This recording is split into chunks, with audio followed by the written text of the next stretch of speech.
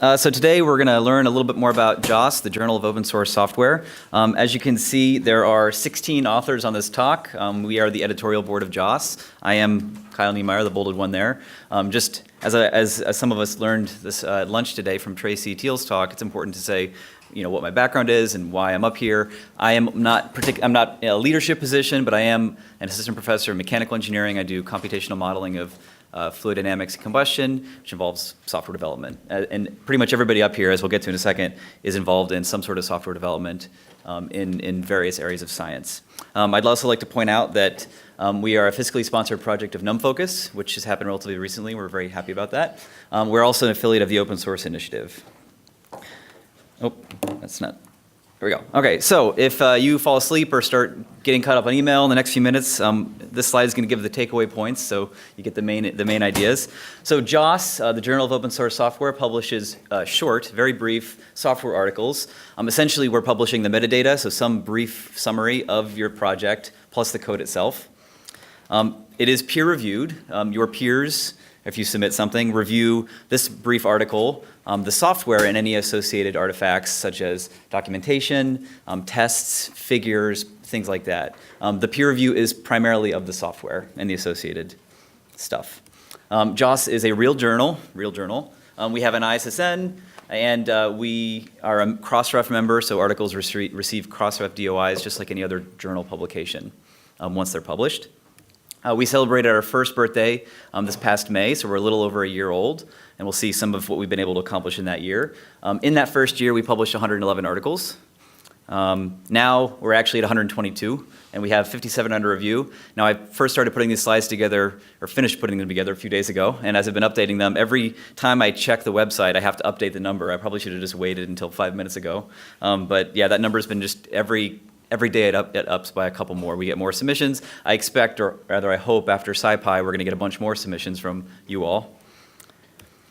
If you'd like to read more, perhaps you want to get more of the details about what I talk about here, we do have an article describing JOSS in our first year. It's available on the archive right now, and I'm happy to share that link if anybody doesn't write it down or remember it. It's been shared on Twitter as well. We're trying to get it published and peer-reviewed in another journal. Not our own. Probably a conflict of interest there. Okay, so today what I'm going to talk about are the motivation behind JOSS, a bit of an overview, kind of the main points, some of which I've already alluded to. Our business model, it's important to talk about whether we're sustainable and the costs there. What the peer review process looks like, the stats from our first year, and then a little bit about what's next for JOSS. Okay, so I showed you all 16 names on the editorial board. This is who we are. Including myself, Lorena's here, Tracy's here, Katie's here, Jake just got here. I think that's everybody who's here. So about a quarter of us are at this conference. So if you have questions about JOSS, either find me or find one of them, and we're happy to talk or give you stickers. There are now stickers available at the NumFocus desk if you'd like. I also have the larger ones available if you're interested. Okay, so who are we? We come from various areas of science and engineering. Arfin is the editor-in-chief. He used to be at GitHub, now he's at the Space Technology Science, and Space Telescope Science, thank you. Yeah, he's there now, but we all come from various areas covering in most of the domains where we get submissions. If we get submissions from domains that are not represented, that's when we may need to expand some editors. And in fact, about 5 of the people up here were not part of the editorial board when we first founded, but instead were added as we started to get more submissions and to try to cover areas that weren't represented. So if you see this list of editors, or if you go to our About page and see the topics and see that your area is not represented, well, then we may be interested in bringing you on as an editor if we have submissions from that area. Okay, so why JOSS? What's the gap here that we're trying to solve? So first off, a couple bits of data. In 2009, a survey showed that 91% of scientists consider research software to be either important or very important. I assume that number would be even bigger in this room since it's the Scientific Python Conference. Other surveys in UK academics a couple years later said that 90% of scientists use software in their research. 70% of them would find their research impractical without it. I don't know why that number isn't 100, or why it's not both 90 at least. If you use it, then how could you? I don't understand. Similar numbers from this year, actually, a survey of postdocs in the US, actually 95% and 63% for the same question. So, long story short, software is important to science. We all know that, I think, in this room. Okay, and? Well, in academia, as most of us know, we rely on article citations for credit. That's how faculty get tenure. That's how graduate students and postdocs get hired. You have articles published that are hopefully cited. It begins with just getting them published and having them as a list on your CV. Then it is the impact of those measured traditionally via citations. So that's one motivation. The other is that when it comes to computational science, it has been said by a few people and repeated by others that an article about a computational result is just advertising. It's not the actual scholarship. The actual scholarship is the full environment, including the software, the code, the data that produce that result. So if you write a paper about your software, you're just advertising for that software. The actual scholarship is inside the code. So we can publish software articles. Some of us do, but where do we do that? Some domains have journals that are willing to receive software articles. Some domains don't.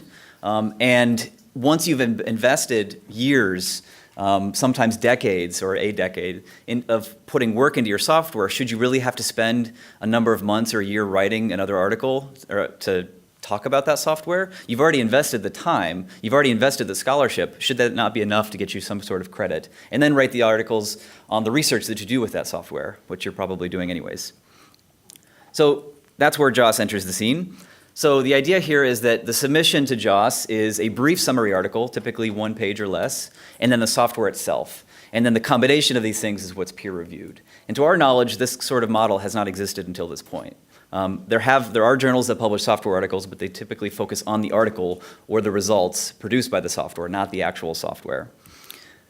So the submission, again, of the article plus the software goes through peer review and includes the article. Is this an accurate summary of what the software is? The code itself, documentation, contributing guidelines, code of conduct, examples, tutorials, use cases, so on. Anything that's associated with the code is what is peer reviewed.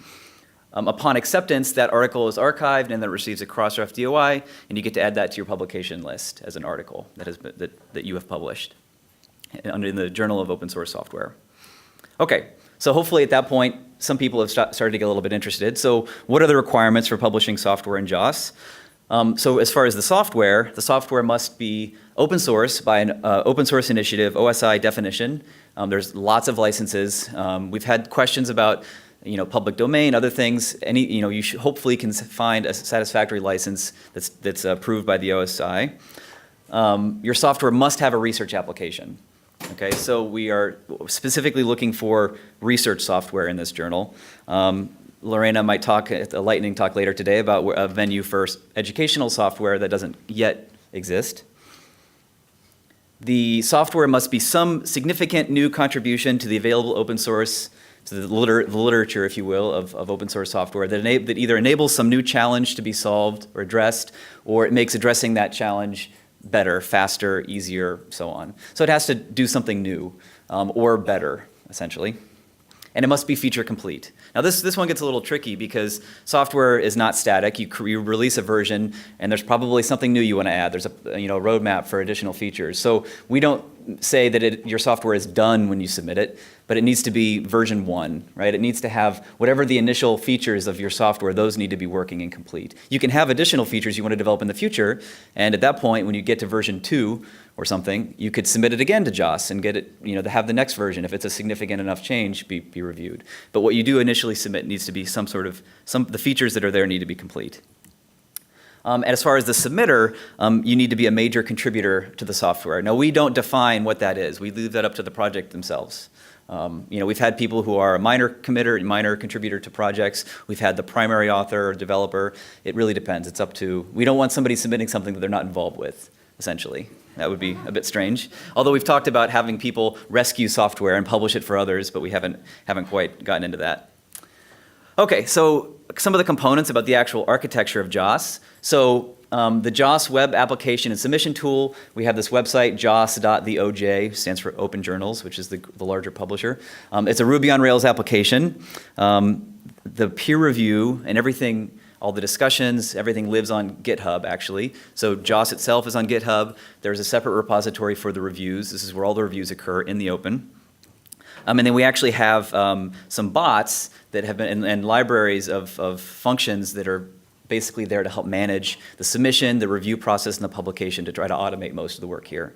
And if you've noticed, the name of our journal is JOSS, and our bot is the Whedon bot, so the JOSS Whedon bot for Firefly, Serenity fans, Buffy. So as much of this as possible is automated using these bots. And it's all available. It's a fairly lightweight journal management system that's been developed for JOSS. Okay, what about the business model? So we wanted to publicize the costs of JOSS and the costs of publishing because most of us who have to publish articles, we send them to journals, and if it's a Elsevier type publisher, they charge an open access fee of thousands of dollars. As I recently discovered, Nature and Nature Communications charge on the order of $5,000. All these, a lot of open access, whether it's hybrid or fully gold, there's some sort of article processing charge that is typically not small. So we wanted to talk about what our costs actually are when we have an all-volunteer board, just like most journals. We don't have any sort of copy editing or anything like that. That happens through the review process. So here are our costs. So each year, membership of the larger publisher, if you will, the open journals publisher, costs $275. Each article, when published, costs $1 to mint that DOI. Our web hosting, so the actual JOSS infrastructure is on GitHub. The website is hosted via Heroku, and that costs $19 per month. Publishing articles with minimal extra work is priceless. So if we total up these are our costs. This is the sum total of our costs so far. So if we publish 100 articles per year, which we actually beat by 11, that total cost would be $6.03 per article. For our next year, we're probably on track to publish closer to 200 articles per year. And in that case, our costs drop down to $3.51. So you can see that the actual cost of publishing articles using existing tools that are available it's minimal. It does not cost $1,000 to publish these articles. Okay, so what about the content that we produce? So it is a fully open access journal. Authors retain their copyright. Articles are published under a CC BY 4 license. The software itself is under, that's another bullet point, but the software itself is under an OSI-approved open source license. If there are code snippets in the articles, maybe a brief example or something, I don't know if we've actually encountered that, that would be subject to an MIT license, which is just applied across the board, regardless of what license the software itself is published under. And yeah, the software itself is an open source license. So every bit of this is open and permissible, and the authors retain their copyright.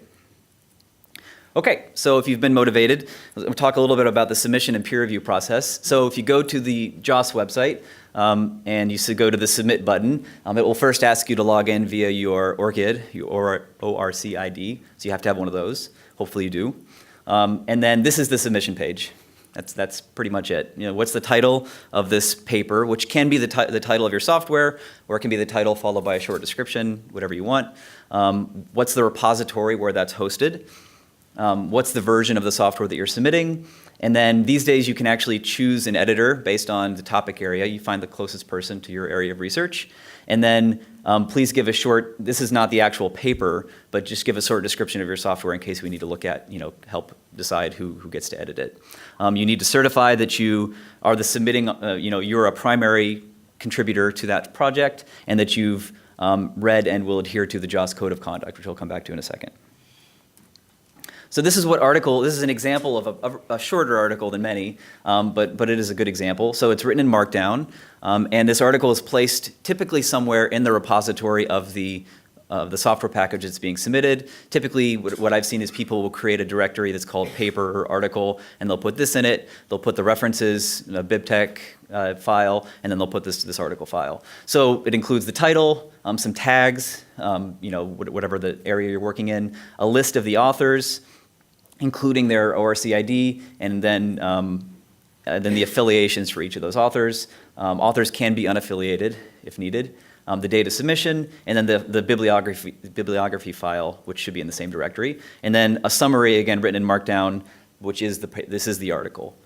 This is, again, a shorter example. Some are a couple paragraphs, but they're typically less than a page or about a page in length at most. You can have figures, but what we don't accept and what we're not looking for are research results or detailed explanations of methodology. That should be in the documentation. That doesn't need to be in this article. That should be somewhere else already.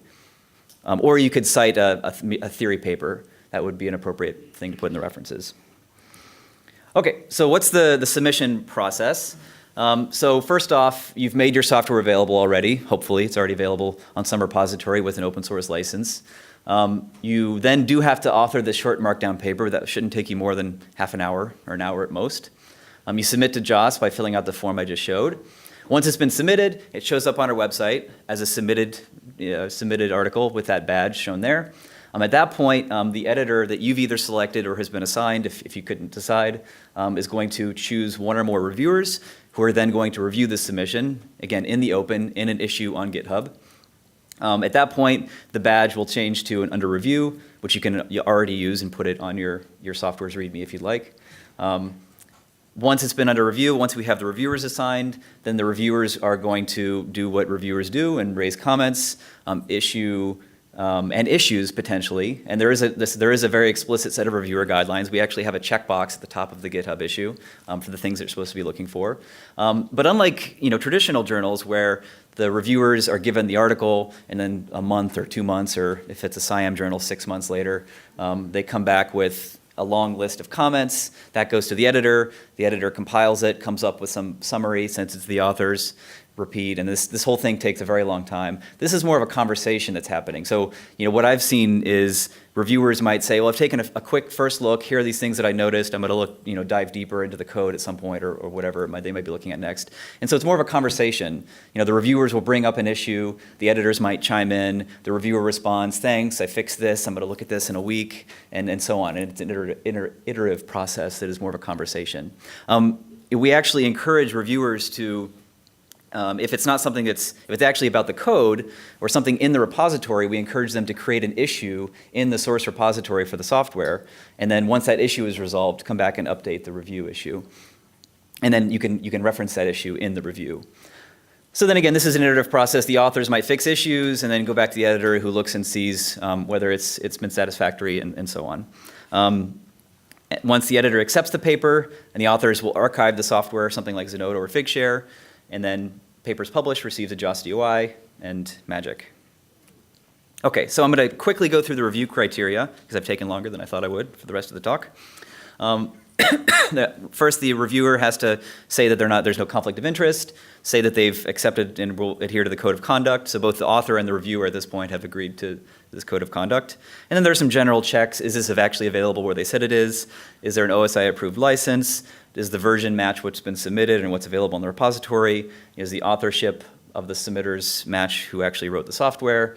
There's some checks on functionality, like does this install properly? Does it have the appropriate functionality that's been described? If there's performance claims, are those being met? And I forget the last one. I bumped through too quickly. Oh, that's it. Okay. Some additional review criteria are in the documentation of the software. Is there some sort of statement of need? What's the point of the software? Are there effective installation instructions, example usage, documentation, testing, community guidelines, things like that. And then as far as the paper goes, again, is the author list correct? Is there a statement of need? Are there references that are appropriate? Okay, so I referenced the code of conduct. We didn't try to reinvent the wheel here. We borrowed the contributor covenant code of conduct, and again, that applies to all JOSS-related environments and into conversations. And I'd like to quickly go through some of the stats from our first year. So again, our first year we published 111 articles. We're already up to 122 right today. So this shows the growth over time. There's some non-statistical growth if you go back to May 2016 and forward in time. And then the one on the right just shows that we've been publishing lots of papers. And those numbers, again, change daily. So one common question may be, how long does it take to review an article? And the answer is, it depends. This is on the x-axis here, you have plotted when the article was submitted. The y-axis is the number of days between that review and the eventual publication of the article. So we have some very, very rapid turnaround times. Some of those may be ones that really just didn't need much work. They had already were developed intelligently, followed all the guidelines that we might have ascribed. Some that took quite a bit longer, which you can't see here. So maybe in the middle here we've got some long turnaround time, and that's where we probably didn't maybe had a hard time finding reviewers, or the reviewers didn't really get back to us in a reasonable amount of time, and so it took a bit longer. So the mean there was around 45 days, but it's certainly not normally distributed. Or the author took a long time. Or the author, yeah. So I should point out here that we don't reject articles and we don't put timelines on when they need to get back to us. If it's going to take a while for them to respond to our comments, we're happy to hold on to it until they're ready to do so. Or they can withdraw it if they don't think it's possible. But we don't typically reject things that are in scope. So how about programming languages? You'll probably all be happy to know that more than half of our articles published so far have been Python, followed by R. We do have a collaboration with the rOpenSci project, and in fact, projects or software that has gone through review through that is actually fast-tracked to publication here because they have very similar review criteria. What's interesting is anybody who saw, hopefully all of you saw Katie's talk yesterday, and the breakdown of the top 4 or 5 languages here is actually very similar to the one that she showed. We actually had, I think, just one Fortran project and a couple of other random ones. Fortran forever. As far as the article breakdown per editor, you can see that Arfin, who's the editor-in-chief, has also done more than half of the articles. He's handled, and then the rest of us are slacking a little bit. But part of this is the fact that in the first three or 4 months, we had a slightly different submission process, and he was the de facto editor for every submission. And so everything fell back into his lap. We've automated things, we've made things a little bit more distributed now. But this workload distribution is something that we're working on. As far as, okay, I'm going to go through this pretty quickly. So one thing that's interesting is that we have an open reviewer list, about around 50 people, but we've had a unique 93 reviewers, and so we're getting lots of reviewers from outside of our reviewer list. I would encourage everybody to please become a reviewer if you're interested. You can create a new issue in the JOSS repository or add yourself to a CSV file. One of the last things I wanted to talk about is that we are not yet indexed by Google Scholar, but we're working on it and in communication right now with those folks. We do have some preliminary information about citations. So this is available through Crossref's cited by data, which is not available publicly yet. It's very preliminary. It's also a very low estimate because it's a voluntary system that you have to actually give references in order to get citations. But this is what we've got so far. So we can see that a couple of our packages that have been around for a little while have a reasonable number of citations, more than some of my journal papers. And in fact, these are actually quite low because 2 of these have actually been in Google Scholar because one of them was on an institutional repository. The other one was on the Harvard Astrophysics NASA database. And so you can see that those are actually have been cited quite a bit more than these preliminary data suggest. So we're quite encouraged that even though we need to get indexed, but we feel that this is a good sign for some of our popular projects. Okay, so with no time remaining, I'm going to just conclude real quick. JOSS provides a mechanism to get your software peer-reviewed and published, eventually cited, with hopefully little additional work, assuming you followed good practices. And we still need some work on getting these citations indexed and raising awareness of the need to cite software appropriately. That's still not common practice. So with that, I'll say submit your software. Hopefully I have time for questions, and I'll leave this up. This is a QR code to get to the submission page. Thank you very much.